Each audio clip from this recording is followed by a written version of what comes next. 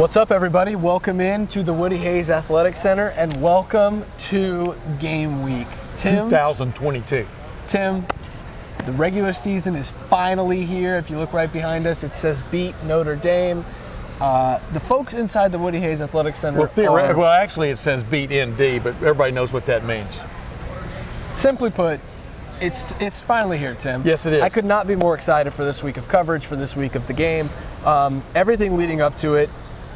I will start this. That's Tim May, by the way. I'm Spencer Holbrook. You already know him as Tim May. Everybody knows Tim May. But yeah, Tim, let's just start here. Ryan Day seemed as locked in as I can remember seeing him.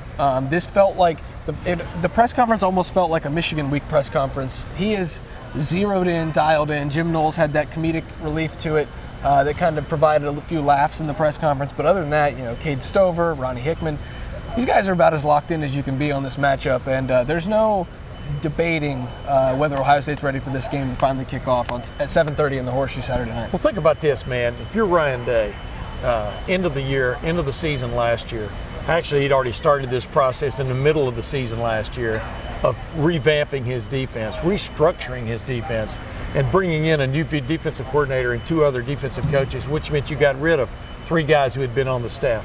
Am I taking too much time there? You check your watch. Oh, no. But the bottom line is, and I was just messing with you, just think about all the work he's put into restructuring this football team, to making it a tougher, they took those words to heart, whether they admit as much now as it was then. They took those words to heart about being called a soft team, not a physical enough team, et cetera, and it was proven on the football field in 3 games, really. The Rose Bowl, they got things straightened out and saved that game, but the Oregon game and the Michigan game. So everything's been focused on fixing that. Not ruining what you've already got going for you, but fixing that. But now here comes, right out of the gate, here comes a liquid test. I mean, you get dunked right into the pool. Can you swim with this new defense, this new look? Is your running game, is it going to be reliable when you really need to run the ball against a good defense, against a physical defense? That's what's coming. Ryan Day knows it. That's why, I think as confident as he feels about what he has done there, as eager as he feels about seeing it, there's also anxiety involved. And that's why I asked him, at least one thing he's got going for him, man, for sure, he's got returning his starting quarterback from last year, a guy that set some records last year and seems poised to even step up his game, in C.J. Stroud. That's got to make you sleep a little bit better than a little bit of sleep you're getting this week. Tim, I'll even take it a step further than just revamping the defense and the football team. The people inside this building really revamped the entire operation. Mark Pantoni has another recruiting director as he takes on the general manager role. Zach Grant's in the building. Mickey Marotti had to look himself in the mirror, as he said, and figure out how to take the strength and conditioning program moving forward. The offense had to kind of face an identity crisis. Are they a Texas Tech air raid, or are they going to continue to pound the ball? Justin Fry, meet your new offensive line coach, Justin Fry. Defensively, it's a complete overhaul. And now, Saturday night almost feels, Tim, like the grand unveiling, not just of a defense, not just of a running game, but of an entire mindset of a program that has almost a new beginning. And maybe that's a little too philosophical for folks, but think about this. It's a night game, 7:30, top 5 matchup. Lost the 2 ranked opponents last year, one of them at home. Every recruit under the sun wanted to come to this game. And you've got the biggest stage to unveil the biggest changes yet, really since Urban Meyer was brought into this program. There hasn't been a wholesale change in this program, the mentality, anything quite like they had to undergo this year. And that's coming off an 11-2 Rose Bowl. So everything about this game is everything before it has built up to Saturday night at 7:30 when toe meets leather. The old line goes, you're either getting better or getting worse. Ryan Day definitely buys into that. I mean, things had to change from last year in a lot of respects, and we've already touched on both of those. I mean, in my opinion, the defense and then offensive line-wise and just offensively become more physical, get a more confident running game. When you decide to run, you can actually run the ball against better opponents. Obviously, this is going to work well against, the lesser opponents. But the bottom line is, he's just got, like he's talked about, you've got to have that competitive zeal, but also that competitive tenaciousness, and also competitive, what's the word I'm looking for there? You've got to be able to finish. this team in a couple of games last year did not finish. You know, Michigan, Ohio State was used to like embarrassing Michigan for the most part in the second half of games of the last decade. Last year they got embarrassed by Michigan in the second half. Well, and that's not the way you. That's not a championship football team there when you don't finish what you start. And that's his point now. I think this team looks, just on paper and just from what we've heard and what we've seen on a little bit in practice, looks so much more like a national championship contender than it did a year ago. Whether you agree or not, I really don't care. But I think you do agree, right? Yeah, I mean, we made our playoff picks. You know how I feel about this team. We made those on the Tim May podcast on Tuesday. Yeah. If you haven't seen that, go check it out. The Lettermen Row YouTube channel. We'll get a little plug in for the podcast there for you, Tim. But competitive stamina, by the way, is the term that Ryan Day uses that I was tripping through there trying to get to. So that's a brief overview of everything that's kind of riding on this game. But we'll get down to the nitty gritty a little bit. We talked to Ryan Day, talked to Jim Knowles, we talked to 3 players, Cade Stover, Ronnie Hickman, and Paris Johnson. Confident bunch that we got to hear from. What's your biggest takeaway just from whether that's from Jim Knowles, one of the players? You know, what do you really glean from what we just learned? Well, obviously my biggest takeaway is when I kept asking Jim Knowles about the tight end. Nobody covers the tight end in college football, and he kind of got a funny look on his face, and then kind of followed it up. But then he goes, "Man, I forgot what he said about me, but you just have a." What is your whatever with tight ends, you know? You're really fixated on the tight ends. Yeah, fixated on the tight ends. And I go, yeah, I am, because you know what? If I was running a college football offense, my tight ends would have 10 catches a game in some form or fashion because nobody does cover them on a consistent basis. What is the biggest matchup situation you're looking at going into this game for this Ohio State defense? Can you limit or neutralize Mike Mayer, their talented tight end at Notre Dame, a big guy who runs great routes, who they will flank out one play and bring him in tight the next, etc. He can be on the far edge of the field. I mean, this is a multi-talented tight end that they're facing, and the guy they're going to go to, especially a young quarterback making his first start, they're going to be looking at that tight end often because, you know, you just saw him get open quite a few times against Jim Knowles' defense in the Fiesta Bowl. Jim Knowles wasn't there, but Oklahoma State was. Yep. Now, Oklahoma State came back and won that game and finally got a rein on that Notre Dame offense. Well, this Notre Dame offense is going to be pretty much the same kind of, because they kept their offensive coordinator, quite a few of the other guys on offense, but a brand new starting quarterback who could run the ball a little bit better than Jack Cohn could last year. That's what throws a new wrinkle into this. But those are the kind of things I'm looking at. Yeah, and when you look at Michael Mayer and that matchup, we'll talk about it all week, I'm sure, but you know, Notre Dame's wide receiving core is pretty thin. Had one of their better guys, a veteran, their Cameron Babb, if you will, go down with yet another injury in his career. But they still got Lorenzo Styles Jr. They've got Lorenzo Styles Jr. They've got a couple other guys there, but the focus in that passing game is on Michael Mayer. And when, like you said, the first-time starting quarterback, probably going to be looking for that safety valve quite often, especially with defensive linemen breathing down his neck the entire game, the pressure that Jim Knowles likes to bring. If it goes according to plan. Yeah, absolutely. And, you know, I just think the biggest thing to learn in here today is that this group is confident. And there were times last year where we would ask questions in that team room and you would just see the look of they're ready to play, but you just weren't sure the confidence level. This is a defense and a program that absolutely cannot wait to roll out that red carpet for themselves and come out of the tunnel with all the smoke, with all the bright lights on them, college game day here. They know the stakes. I think Cade Stover said it best. How do you block out the noise? He said, put your phone down and just go play. And the phone will be there on Monday.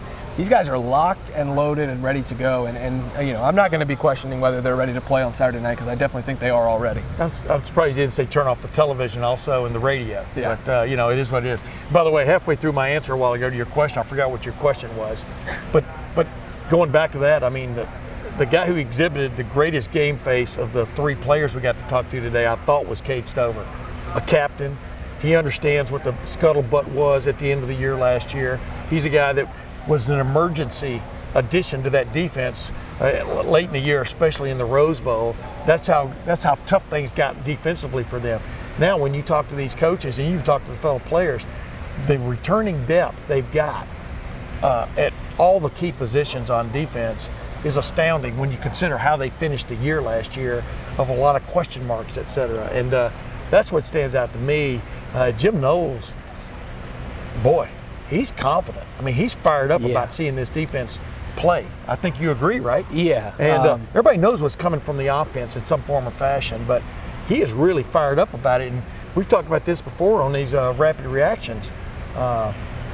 There's a guy who, you could give him leeway to be sort of, well, I don't know, blah, blah, blah, blah, blah, blah. But instead, he's coming out of the gate confident.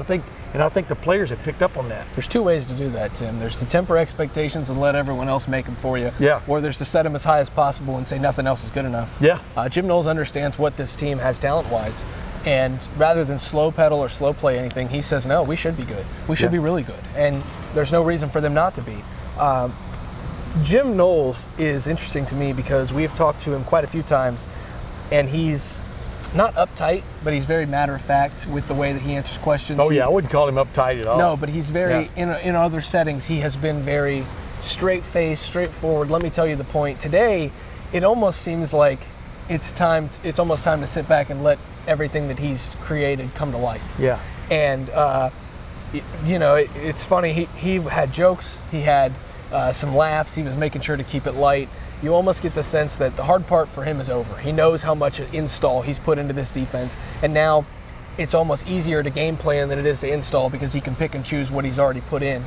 And I think that's a big key for Ohio State, is just knowing your defensive coordinator is making a Brinks truck load of money to fix this defense.